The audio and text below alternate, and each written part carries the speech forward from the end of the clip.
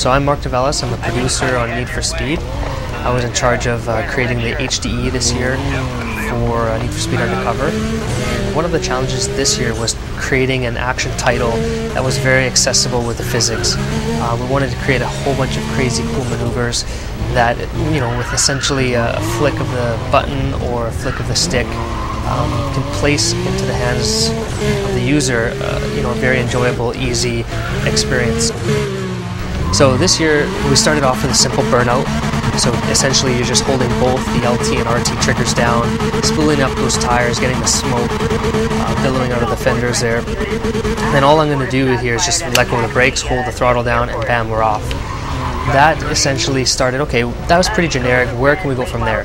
So we said, start with a 360, so you do the same thing, you release the brake and you hold the steering all the way to one way.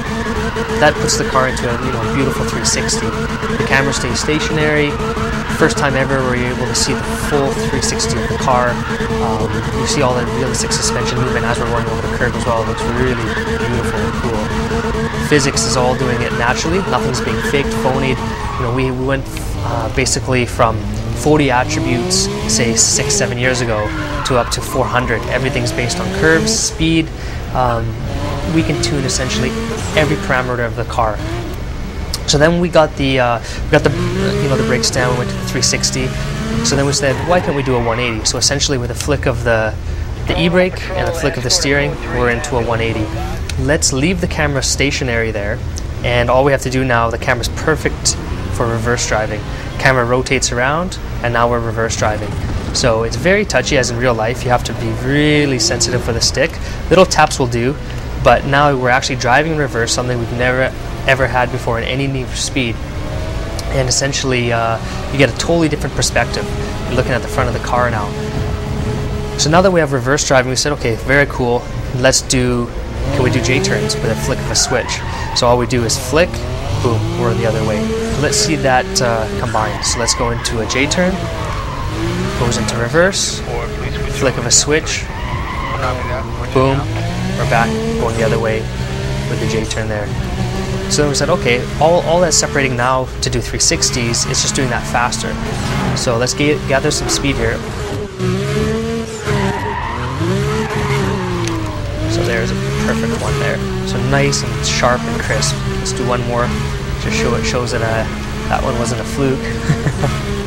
Nice and simple. And there we go. Nice and reactive. Just showing you how flicks of the switch and flicks of the controls allow you just to dance around, finesse the car.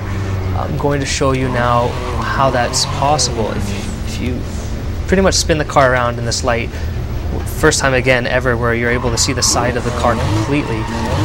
You'll notice the fenders here, how much suspension movement there is in the car. That's all happening naturally. That's all, we have progressive springs, we have digressive shocks, we have roll bars, we have everything based on speed.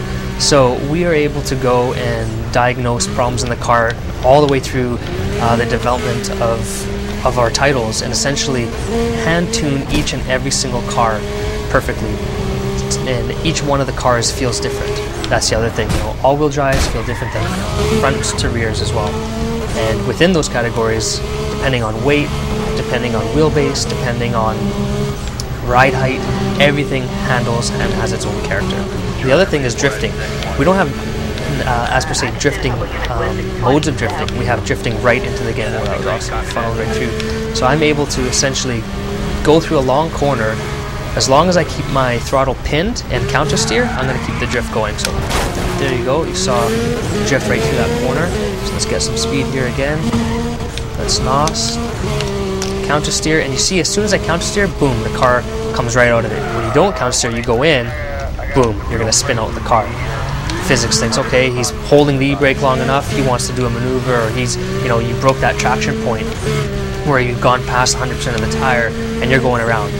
So some other inputs that we put in that are very cool this year to give the player more control is the double tap feature.